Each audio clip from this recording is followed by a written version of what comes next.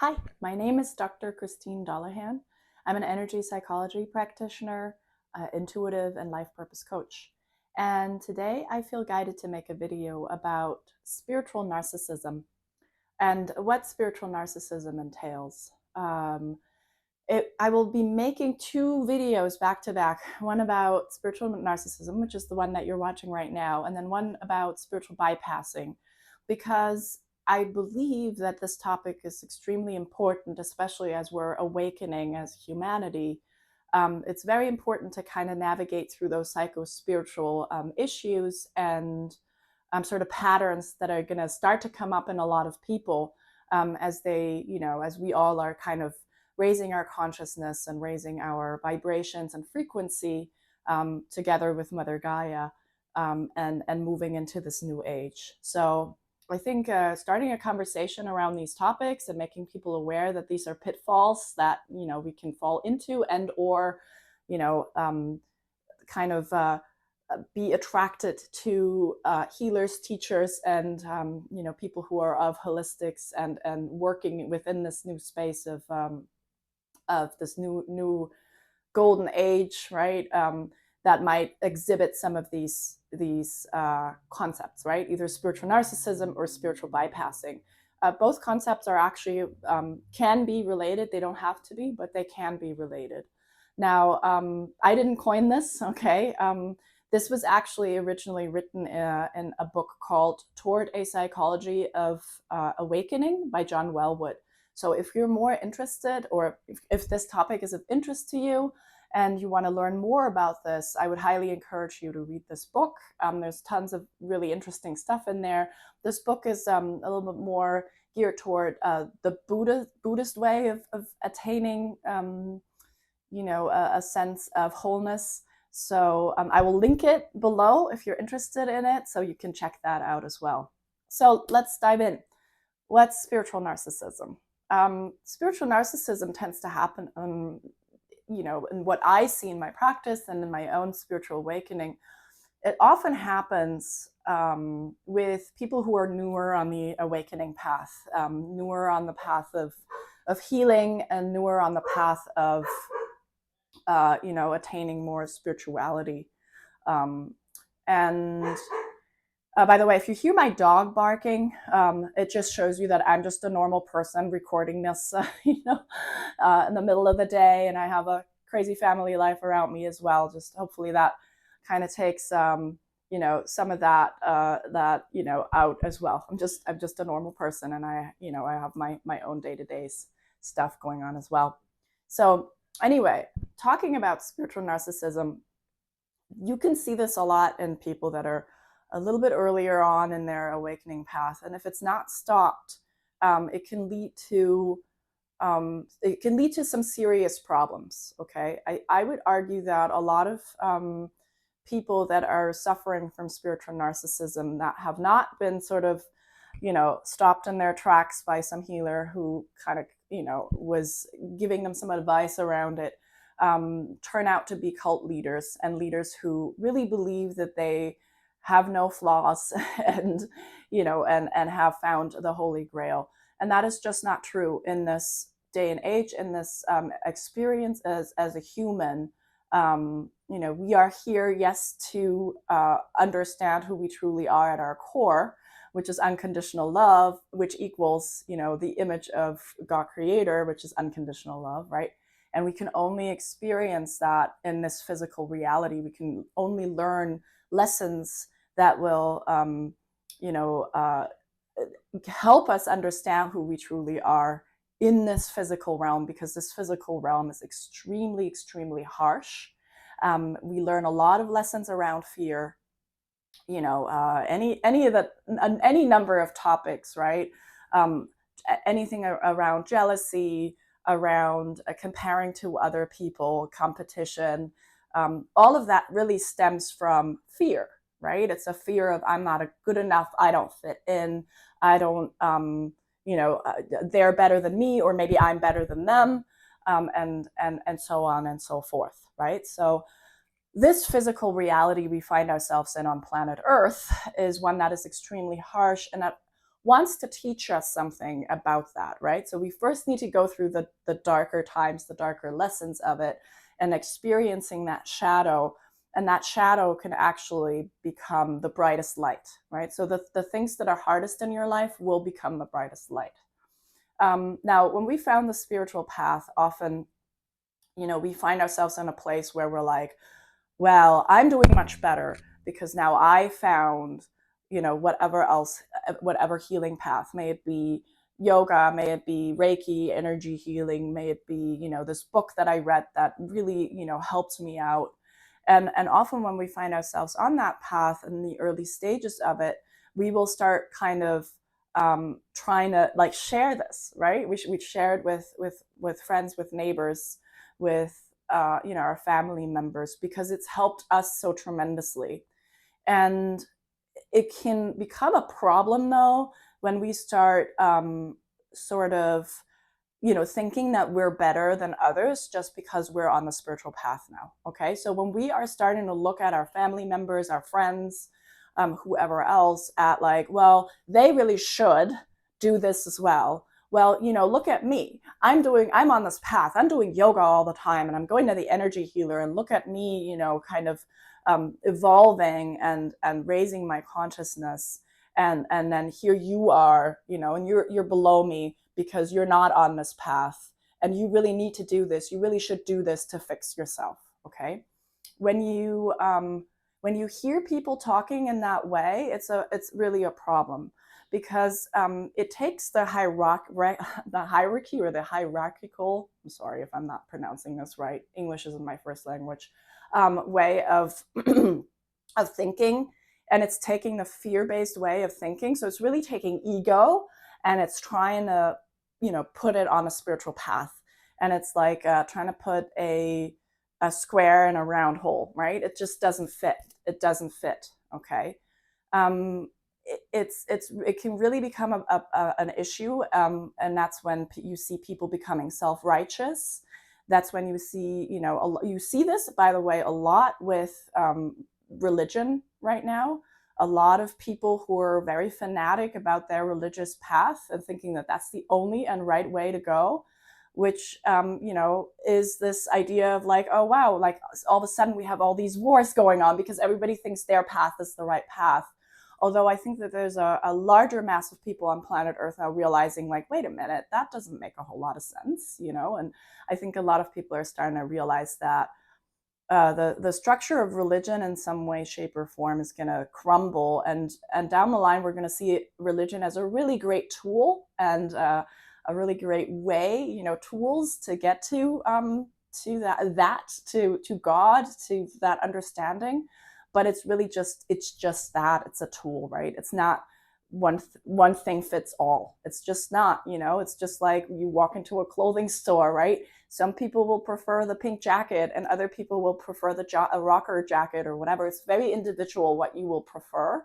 And I think a lot of people are also realizing that there's several ways. But when you start having sort of this like my way or the highway thinking, as well as a thinking of, I got to fix everybody around me. Well, I actually got this question. Well, what do I do with people that are lower consciousness? How do I help them climb the ladder to this? And I'm thinking, well, that's a little bit of an issue thinking, because you're taking a hierarchical structure. You're thinking that now you're higher in consciousness, right? And so you're looking down on other people. And this is really what we're trying to get out of. Okay. So it's less of like I'm evolving, and because I'm human, maybe I, feel like I'm 5 steps ahead of you, I'm better than somebody else. No go. That's not how we want to think about this, okay? In this new day and age, we really want to think multidimensionally, okay? In a way of, it's more like school, okay? It's more like school. And I mean, granted, some 10th graders might think they're better than the 5th grader because I don't know, they learned more about math or something like that. But kind of, working to get away from that thinking, right? And working more towards thinking, no, all that means that when you're in 10th grade is that you were born a couple of years earlier and you started school a little bit earlier. That's all that means. There's no other value to it, okay? So once we start assigning value to it and are like, I am better because, it's becoming a problem, especially when we're, talking about our spiritual path or path to awakening. Um, really thinking about it more, and this is a healthier way of thinking about it more in terms of, oh, look at this, like I found this path. Everybody around us, all of humanity is starting to find this path right now, okay? It's just a couple people are a little bit more like ahead of the game, right? They've found it a little bit earlier than others, right? So kind of like, framing it more around, well, maybe I found this path five years earlier than this other person, and acting more as an inspiration to people, right? Rather than well, I'm doing this and you really should do this too, because otherwise our consciousness is sort of, apart or whatever else. So, and that brings me to the idea of this is true for parenting. This, I guess, is true for really everything, is be the change you want to see in the world, okay? The only person we can fix, quote unquote, is ourselves. We always have to point our finger back at ourselves. That's the only person you will be able to actually fix and help and control, right? Because that's the only person you will ever have true control over, because only you can make decisions, right? And in terms of, well, how do I get other people to sort of follow me? Be that example for them, okay? Because the more people are going to start expanding their consciousness towards a love consciousness, meaning not judging, but maybe coming back to compassion, self-compassion, self-care, anything good, even going to energy healers, working on yourself and all of that. Like, the more you do that and the more you share your own process with other people, the more they're going to start thinking about it and start feeling inspired. And maybe one day they'll go through a really hard time and they will call you and say, hey, I really admired you, and I've heard you talk about this a lot. Can you share more? Okay. And then that's your in of saying, yeah, I found this person and they really helped me. Might be an energy healer, might be a yoga person, might be whoever is in the holistics, might be a regular therapist, whoever is there, right? But it's less of a I'm better than you, and it's more of a, yeah, cool, like I'm a little bit ahead in the game. Sure, I'm happy to share it, and I'm sending you so much love and so much, blessings and prayer on your path. And I really hope as you start awakening and making those decisions for yourself, you are going to be able to also have the results I had. Okay. So that's a very different approach than saying, well, they should, or this is the holy grail, because we cannot say it. Okay. The spiritual path is as unique as anything. Okay. And that's why I say, I think a lot of people, this is what's happening with religion, and it's going to continue to happen. People are starting awakening there too and saying, well, but wait a minute, is that really true? Is that really the only path?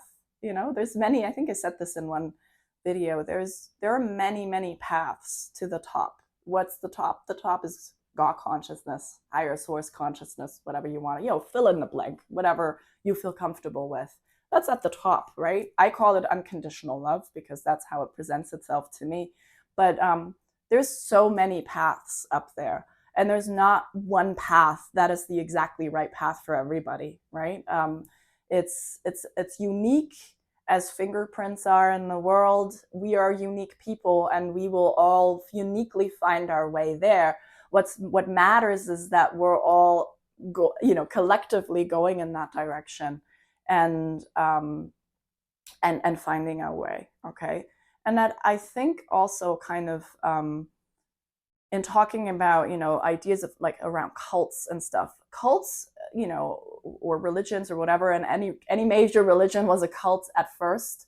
It creates safety for people. That's the most important thing. It creates community and it creates safety, and that's something really wonderful, right? But it's meant to be seen as that.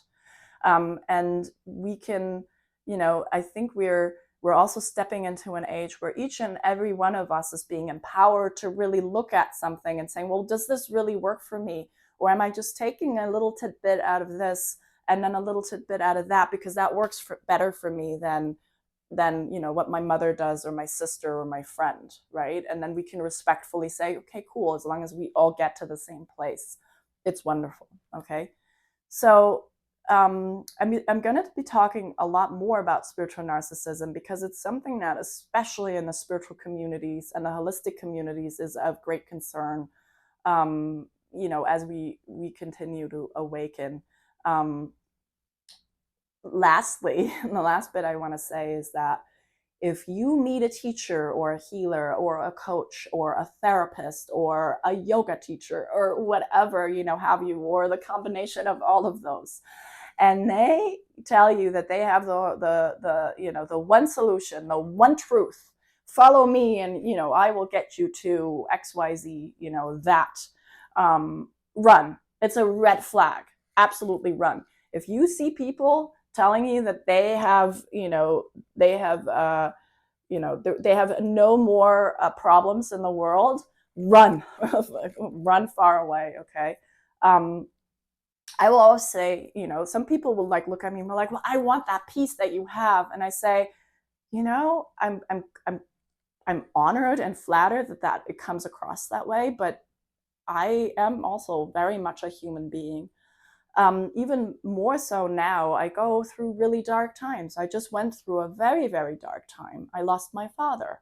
He passed away in October, and it was some of the hard. I mean, it's probably the hardest and most traumatic thing when you lose a parent. And I've been through really hard times, and I still go through hard times. Just because I've chosen this as my profession, being an intuitive energy healer, doesn't mean that I don't go through human stuff anymore. It doesn't mean that I never get angry. It doesn't mean that I'm never frustrated. It doesn't mean that I never make mistakes. In fact, I make a lot of them, right? But I look at them differently. I look at them as ways to evolve myself, to learn more about what unconditional love means, to see, wow, I really, kind of shifted back into fear. Well, how can I change my mindset right now? And how can I, really, learn something about this in regards to unconditional love and who I truly am at my core, not at my human self, but at my spiritual essence. And I always will say that with every person, and I will say it to you as my community. Um, you know, I learn as much from all of you than you will learn from what I'm inspired to share with you. It's a mutual relationship. We're all walking each other home. Okay, this is, I think, a really, really important piece here. We're all walking each other home. We're all equally as beautiful and as blessed, by that one that God consciousness. No, none of us are more special than others. Okay, we're all, that's part of moving into that unity consciousness. We're all equally special, right? Which is also why I think YouTube is exploding with all kinds of influencers, because we're all equally as special and all of our messages count, and we are all walking each other home. And I think that's really important to know also in recognizing spiritual narcissism, and really because it is just a form of fear, right? And really getting it, kind of cutting it out of this path and out of this evolution of consciousness, this big revolution that we're going through. So with that said, I wanted to really encourage you to send me any questions or any ideas or any topics you'd like me to talk about. Send them to me, and I will make videos about this. I would really like to create a mutual relationship between all of you and me, because I feel like we're creating a movement together, a movement of consciousness, a movement towards unconditional love. I call it the love shift. We're creating this together. This isn't just me. Even though I started the channel, we're creating it together.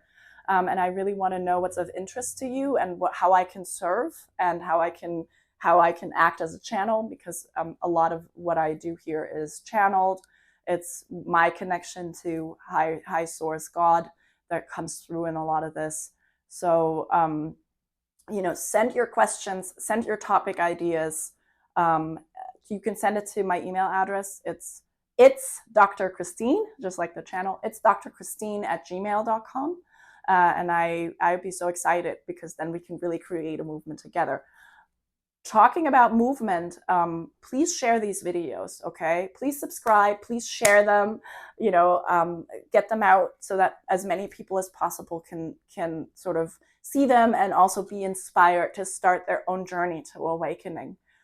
Because we want to tip that 1% so that planet Earth can go into the love shift versus fear shift, okay? This is crucial at this time. I think a lot of people, even people who never thought they'd be on this path, are realizing times are changing. There's big changes still yet to come, and we need every single soul to start really shifting away from fear and into love individually whenever they're ready, of course. So that said, and then also if you want to work with me, I work one-on-one with people virtually across the globe, doesn't matter where you're at. I have 6-month programs and 3-month programs where we work very concentratedly together, combining intuitive energy healing and coaching. I also just offer intuitive readings as well as just coaching or just energy healing, on a package one-on-one basis, one-off basis. So if that's of interest to you, please reach out, and I will put that book that I mentioned in the comments. You will find that I'm more cerebral because I do have a PhD in all this stuff. So I tend to want to, link any kind of articles and data and books that will support what I'm talking about here, because I think this is really important too for people to really understand. This isn't just gobbledygook woo-woo stuff. This is reality, truth that's really happening at this moment in this time and space. So that said, if you're interested in my one-on-one work, you can go to www.itsdrchristine.com. And otherwise, again, subscribe, share, and I'm wishing you so many blessings, and I'll see you next week.